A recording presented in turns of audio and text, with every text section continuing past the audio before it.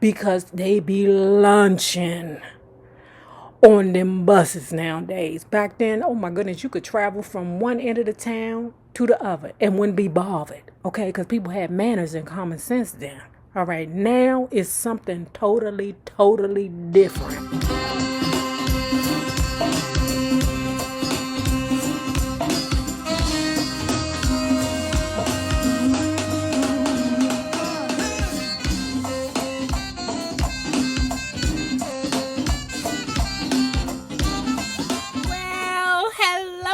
Bugs. Hello there, Bellas. If you have not already done so, please remember to hit the Patreon link below and or the join button here on the YouTube. And for a small monthly fee of $5, you babies, yes, you can be privy to all the shenanigans before the YouTube gets it. If the YouTube gets it, you like these, go on over there to uptopbeauty.com. Now, let's continue talking about this lady right here. Ooh, Jackson Family Values, Memories of Madness by Margaret Maldonado.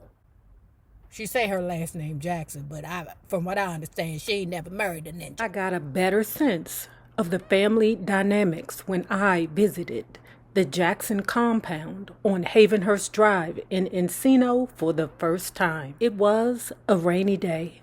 Jermaine had dropped off Jeremy and me at the compound on the way to Tito's house where he and his brothers were recording. He said he wanted me to get to know his mother and formally introduced us in the large kitchen of the house. Then he left, and Catherine and I sat down at the kitchen table. I could feel her eyes staring right through me. I tried to make small talk, updating her on Jeremy, but she seemed uncomfortable. Later, I figured out that Catherine was seeing in me all the women with whom her husband Joseph had affairs. I was anxious to get married, and Jermaine seemed to be too. But his divorce wasn't final for Hazel and wouldn't be for several months. Even though Jermaine was continuing to work, it became clear that he wouldn't be able to maintain Hazel's alimony payments. The judgment was changed to 1/2 of the income Jermaine generated. When Jermaine and I were leaving to go out of the country for a concert, Hazel had us served with a subpoena at the airport. It was a first for me. The process server approached us and took our picture. Then, just like a fan, he handed us a piece of paper as if he wanted an autograph. What he wanted was to tell us we were both served.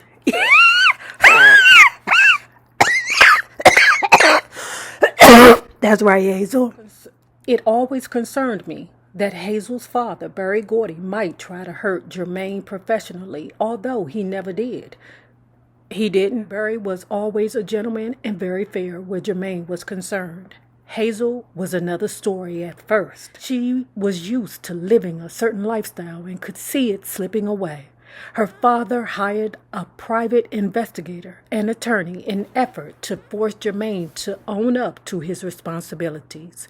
I don't think she believed things were quite as bad as they were. Whenever she didn't get a check, she would call to complain, usually to me.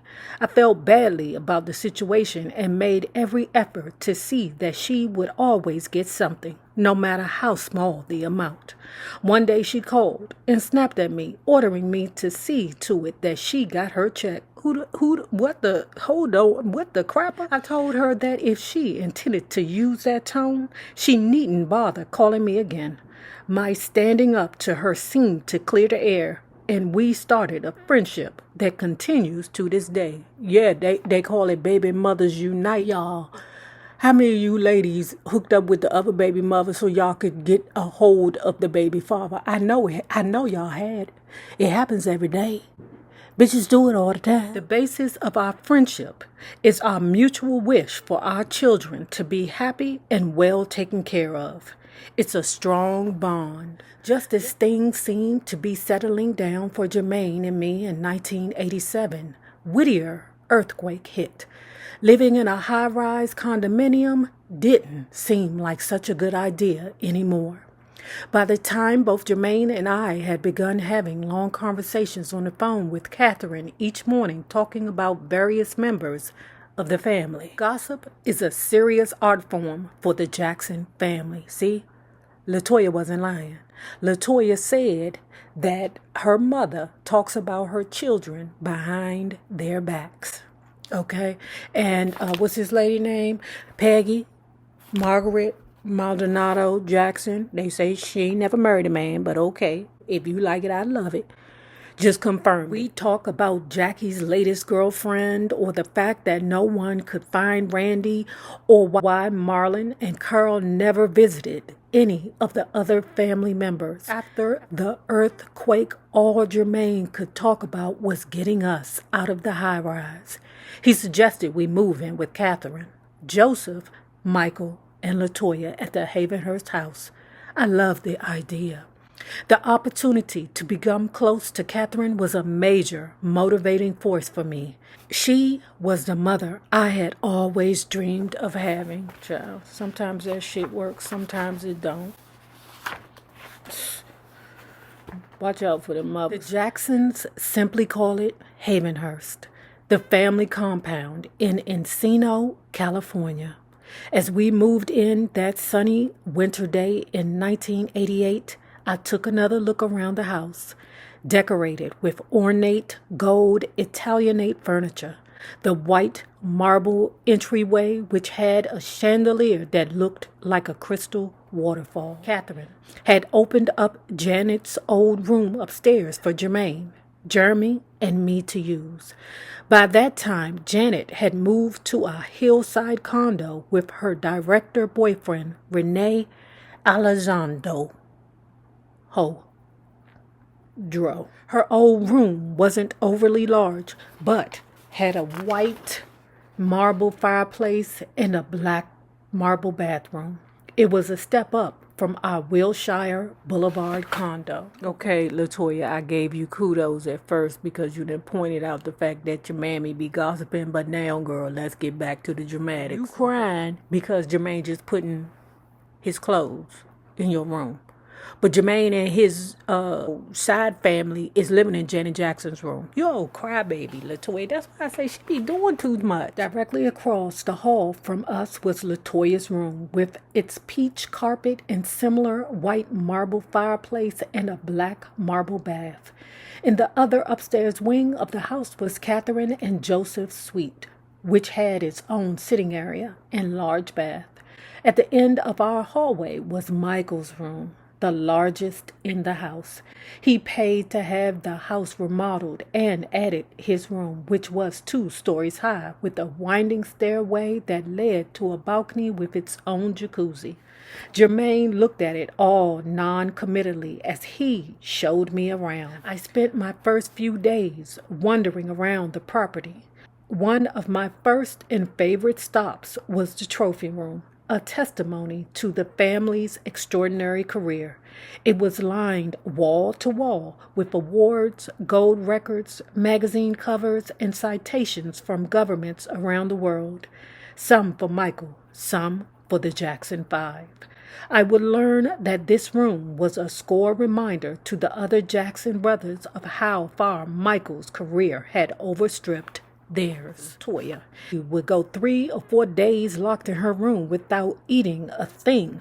I figured it was the only way she could fit into those clothes she wore. Latoya went around giving off the impression of a refined young lady. She had a little titter in place of a laugh, and she sneezed like a kitten. She always wore high heels, even around the house, so you'd hear the little pitter-patter of her heels on the parquet floors. Remember when she went into Havenhurst for the last time and she was talking about how she could hear the clicking of her heels when she went into the house? After I'd lived in the house for a while, I told Jermaine that we should do a TV sitcom about the place with Latoya in the lead role. In spite of her pretensions, or maybe because of them, she could be very funny. It was probably unintentional more often than not. Latoya was like the funny man to Janet's straight man. Janet used to roll her eyes whenever she thought Latoya was acting like a dingbat. One day, Latoya was puttering around the house in her high heels. As she walked across the recently waxed dining room floor, her feet went out from under her, and she landed on her bum. I bet you that shit was hilarious. Janet told me about another time when she and Latoya were out by the pool. Latoya was fooling around on the diving board. Janet warned her not to fall in because she's not a strong swimmer, but of course she did. Hold on, ya. Catherine, who didn't know how to swim, tried to fish her out with the pool net with no success. Finally, Janet had to jump in full clothed and pull her out. Janet, you was going to let your sister drown? You just going to let your sister die? Janet is like the mean one. I see that. She is the mean one. Oh, my goodness. Okay. To another incident, according to Catherine, Janet and Latoya were presenters at an award show. They were backstage and Latoya was fussing with her hair and makeup when Janet told her that if she didn't hurry up, they were going to miss their cue. Janet grabbed Latoya's arm and tried to lead her, but Latoya's heels were so high.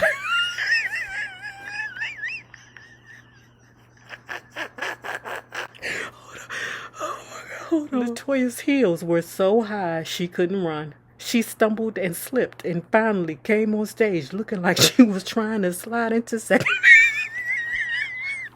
Looking like she was trying to slide into second base.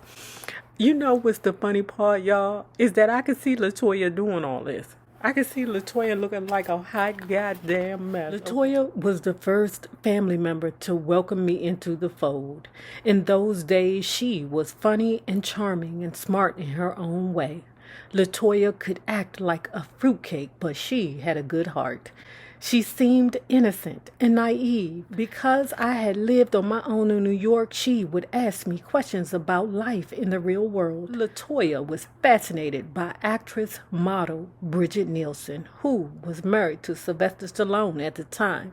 She wanted to know what I thought about getting a boob job and about posing for Playboy. Girl, Latoya, girl, you are so full of shit right there. Remember in the book, she was like, oh no, I didn't think about posing for Playboy until later. According to this book, she was thinking about posing for Playboy when she was living at home. Okay? So that man didn't make her do nothing. And on top of that, remember in the book, she was like, sorry, Arsenio, these boobs are real. Girl, your ass was plotting on Playboy and a boob job. Liar. Liar, pants on fire. Innocent she might have been, but Latoya was a master at getting what she wanted. If she wanted to go shopping rather than let her drive on her own, Catherine would offer to drive her and give her as much money as she needed. Her mother would drop Latoya off, and if she couldn't find a parking place, she would circle the block until Latoya was finished and ready to go home.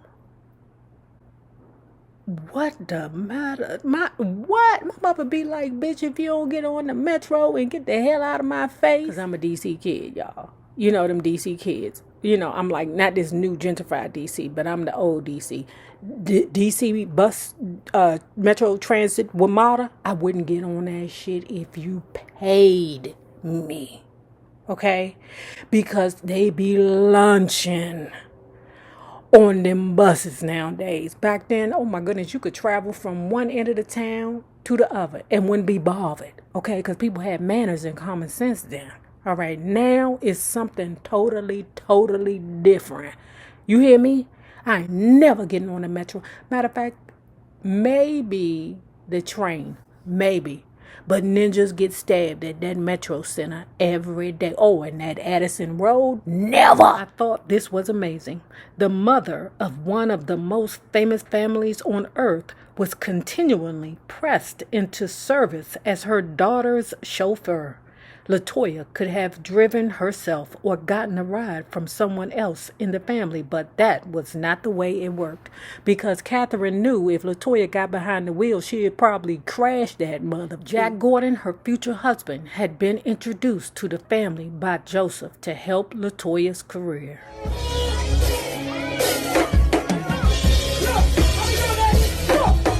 Oh, my life.